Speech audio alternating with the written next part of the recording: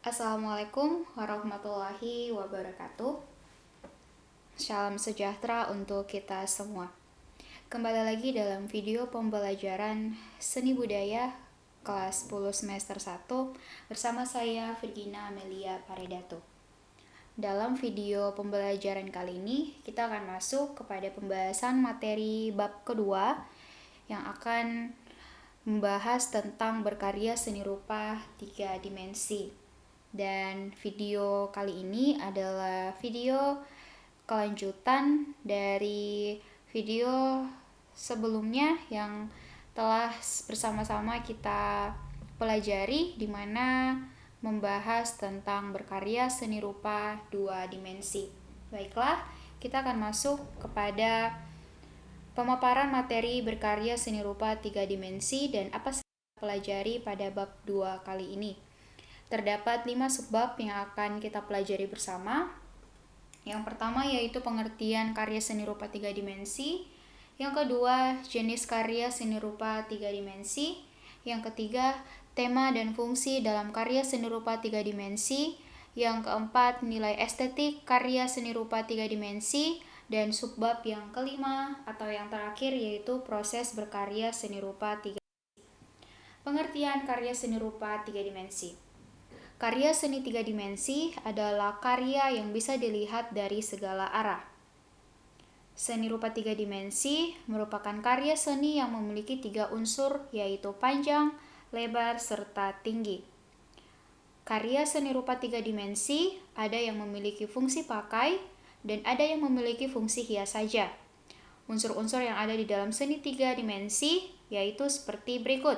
Yang pertama, harus mempunyai panjang, lebar, serta tinggi, menempati ruang, dan bisa dilihat dari segala sudut pandang.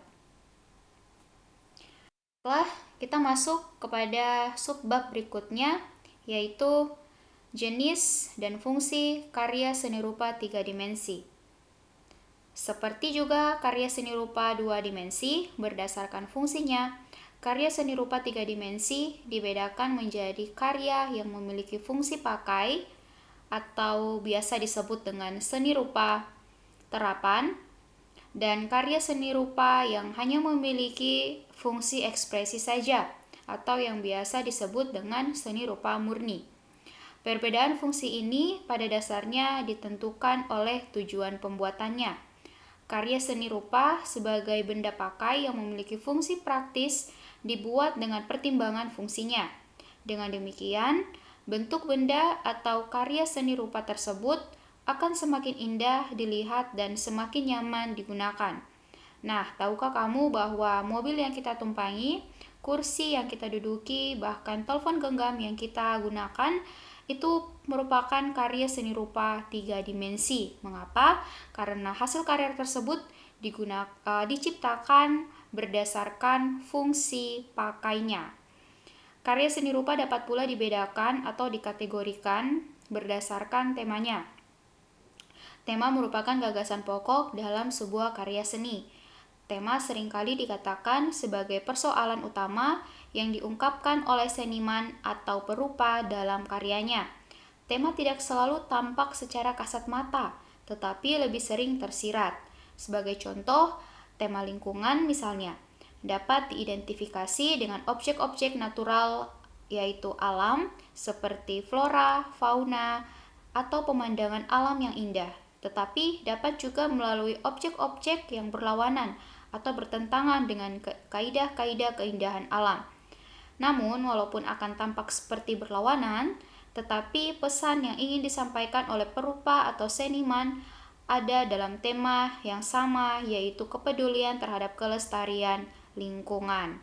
Nah, di sini jenis dan fungsi karya seni rupa 3 dimensi dapat berdasarkan jenis dan fungsi dapat kita lihat terbagi menjadi 2 bagian, jenis seni rupa murni dengan fungsi sebagai fungsi ekspresi dan jenis seni rupa terapan dengan fungsi sebagai fungsi pakai.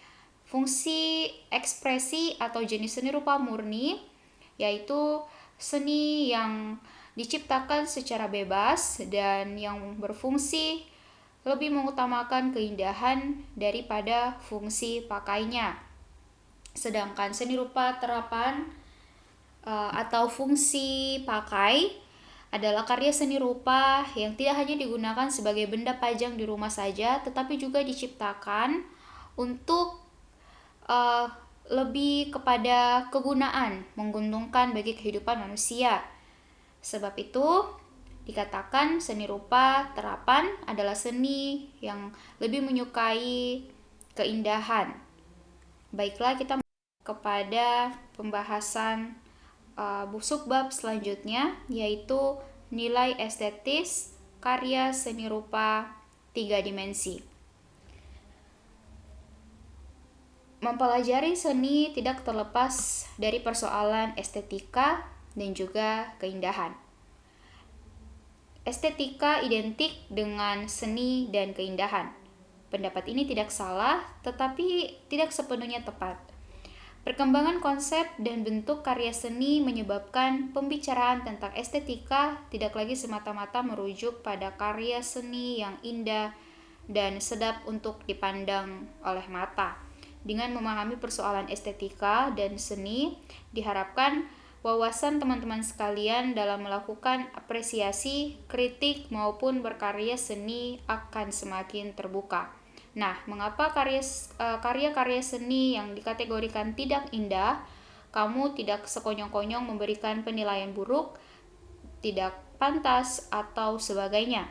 Sebab sebagai seorang pelajar, seharusnya kamu bisa lebih bijaksana untuk melihat latar belakang di balik ciptaan sebuah karya seni, mencari nilai keindahan dan kebaikan yang tersembunyi dari karya tersebut.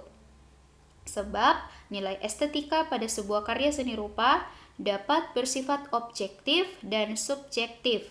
Nah, kita lihat di sini, nilai estetik bersifat objektif yaitu memandang keindahan sebuah karya seni rupa yang tersusun dari komposisi yang baik hingga pada perpaduan warna.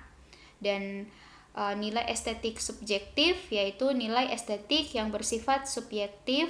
Keindahan tidak hanya pada unsur-unsur fisik yang dicerap atau yang diserap oleh mata secara visual saja, tetapi ditentukan oleh selera penikmatnya atau orang yang melihatnya. Oke, subbab yang berikutnya yaitu proses atau tahapan dalam berkarya seni rupa 3 dimensi.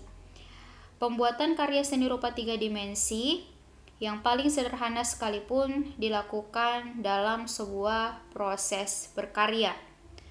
Tahapan dalam berkarya ini berbeda-beda sesuai dengan karakteristik bahan, teknik, dan alat yang digunakan untuk mewujudkan karya seni rupa tersebut. Nah, tahapan dalam berkarya seni rupa 3 dimensi ini seperti juga karya seni rupa pada umumnya dimulai dari adanya motivasi untuk berkarya. Mengapa motivasi? Motivasi ini dapat berasal dari dalam maupun dari perumpamaannya. Ide atau gagasan berkarya seni rupa 3 dimensi dapat diperoleh dari berbagai sumber. Baiklah, keindahan sebuah karya tidak hanya kemiripan bentuknya saja, tetapi kesungguhan dalam membuat karya tersebut akan menjadikan karya kamu unik dan menarik. Sebab setiap manusia memiliki karakter dan keunikan yang berbeda-beda. Demikian juga dengan karya yang kamu buat. Dan di sini adalah proses dalam berkarya seni rupa 3 dimensi. Kita lihat dalam prosesnya terdapat bahan-bahan berkreasi seni rupa 3 dimensi yang dikategorikan ke dalam 3 bagian. Yang pertama yaitu bahan lunak, yang kedua bahan liat, dan yang ketiga yaitu bahan keras. Kita masuk kepada pembahasan bagian bahan lunak. Bahan lunak ini bisa kita lihat terbuat dari kertas, bisa juga seperti karton, gabus, styrofoam, dan bahan-bahan lunak lainnya yang mudah didapatkan di sekitar kita dan dapat kita bentuk dengan alat-alat yang sederhana. Misal seperti menggunakan gunting, menggunakan silet, menggunakan cutter, ataupun pisau. Bahkan karya berbahan kertas pun bisa dibentuk tanpa menggunakan alat, misalnya dengan cara dilipat menggunakan tangan. Berikutnya yaitu bahan liat. Nah, bahan liat ini seperti tanah liat, plastisin, dan juga lilin yang mudah kita bentuk. Bahan ini pun juga mudah didapatkan di lingkungan sekitar kita. Dapat kita lihat pada gambar yang ada di slide. Ini merupakan hasil karya seni rupa 3 dimensi menggunakan bahan liat, yaitu tanah liat, dan diolah oleh seniman menjadi sebuah hasil karya seni vas yang indah. Dan pada bahan lunak ini menggunakan kertas koran yang menggunakan teknik anyaman dan dibuat menjadi bentuk pensil, pena, dan bisa kita gunakan sebagai vas bunga. Dan bahan yang ketiga yaitu bahan keras. Nah, bahan keras ini seperti kayu, batu, dan juga logam. Ketiganya merupakan bahan yang sering digunakan oleh perupa sejak zaman dahulu kala karena sifatnya yang keras dan tahan lama, terutama batu dan logam. Maka pengerjaan karya seni rupa 3 dimensi berbahan dasar kayu tersebut memerlukan teknik dan peralatan khusus. Nah, di sini adalah contoh gambar bahan keras yang digunakan dalam membentuk karya seni rupa 3 dimensi, dan hasil karya yang dihasilkan yaitu jam yang terbuat dari bahan keras yaitu kayu. Kita masuk kepada rangkuman materi. Nah, dan setelah mempelajari beberapa subbab tentang berkarya seni rupa 3 dimensi, kesimpulan dari semua pembahasan materi tersebut yaitu seni rupa 3 dimensi adalah seni rupa yang memerlukan ruang karena mempunyai ukuran panjang, lebar, dan tebal. Karya 3 dimensi terwujud dari bahan yang beraneka ragam. Karakter unik dari masing-masing bahan ini membutuhkan berbagai alat dan teknik pengolahan serta penggarapan untuk mewujudkan karya seni rupa tersebut. Nilai estetis karya seni rupa 3 dimensi tampak secara visual dari wujud karya seni rupa tersebut. Unsur-unsur rupa seperti unsur fisik disusun menggunakan prinsip-prinsip penataan unsur non-fisik, membentuk komposisi wujud karya yang unik dan menarik. Nilai estetik karya seni rupa bersifat objektif dan subjektif. Nilai objektif terdapat pada karya seni rupa itu sendiri, sedangkan nilai subjektif berada pada penikmatnya. Berkarya seni rupa 3 dimensi dimulai dengan mencari ide, gagasan, atau model karya yang akan dibuat. Nah, teman-teman, dari pembahasan yang sudah kita bahas bersama dapat disimpulkan bahwa karya seni rupa 3 dimensi adalah karya seni rupa yang memerlukan ruang karena mempunyai ukuran panjang, lebar, dan tebal.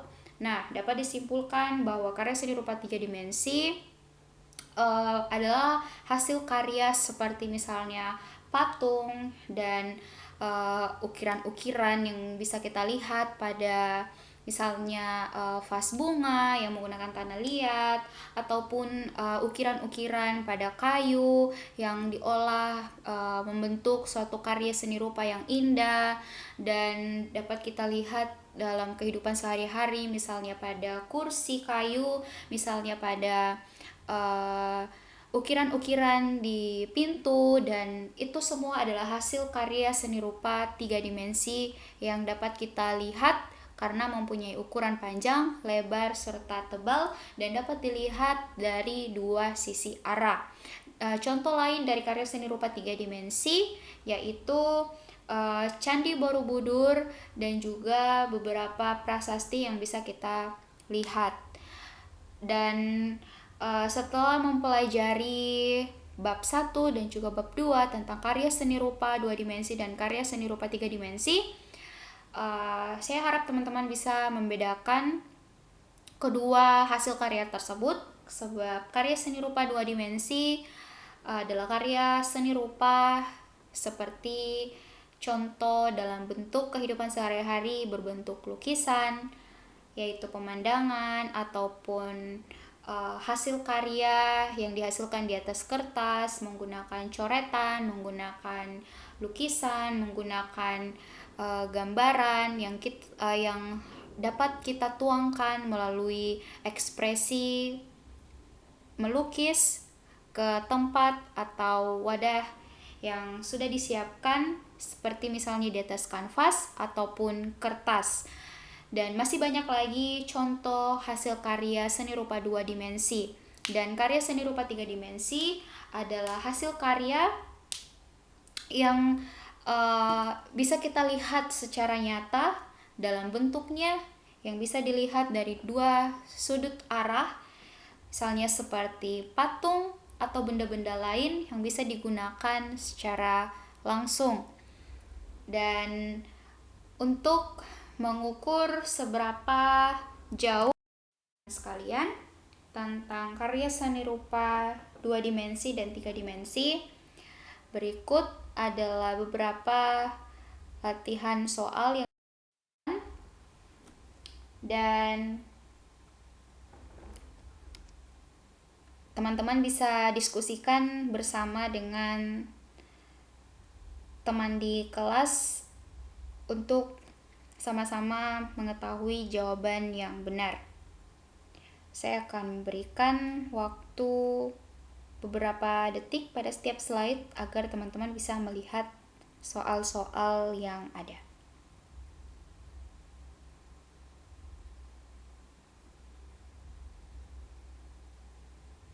Nomor 1, indera penikmat cabang seni rupa adalah A, B, C, D, E. Nomor 2, di bawah ini merupakan elemen seni rupa 3 dimensi kecuali tekstur, bidang, bentuk, warna, bayang. Yang ketiga, seni rupa terdiri dari 2 kategori, yakni seni murni dan seni terapan. Berikut ini termasuk dalam karya seni terapan kecuali patung A, patung Ganesha, B, anyaman tikar, C, kotak tisu, D, lampu hias, E, kursi rotan. Yang keempat, karya seni patung yang hanya bisa dinikmati dari arah depan karena terletak pada dinding. Pengertian tersebut merupakan karya seni 3 dimensi. A, keramik, B, relief, C, arca, D, lukisan, E, kaligrafi. Yang kelima, dalam suatu pameran seni rupa 3 dimensi, Agus mengamati sebuah karya berbentuk patung. Ketika ia ingin mengapresiasi hasil karya tersebut, maka hal pertama yang harus ia lakukan adalah A, mengamati bentuk dan memegang patung tersebut, B, mengumpulkan informasi tentang patung tersebut, C, mencari siapa penyelenggara pameran tersebut, D, mencari pusat perhatian pada patung tersebut, dan E, memperhatikan komposisi patung tersebut.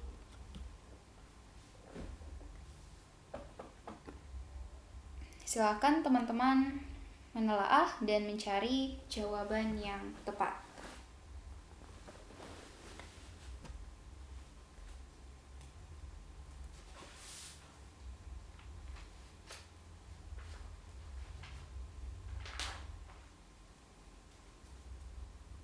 Baik, jawaban yang tepat berdasarkan pertanyaan nomor 1 hingga nomor 5, yaitu nomor 1, jawaban yang tepat adalah A, penglihatan dan perabaan. Yang kedua, jawaban yang tepat adalah B, warna.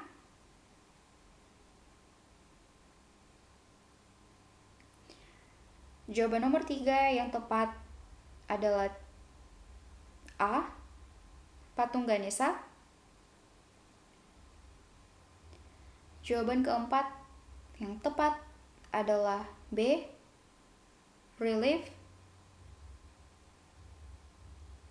Dan jawaban nomor 5 yang tepat adalah B, mengumpulkan informasi tentang patung tersebut. Baik teman-teman, sekian pembahasan materi kita pada video pembelajaran kali ini tentang berkarya seni rupa 3 dimensi.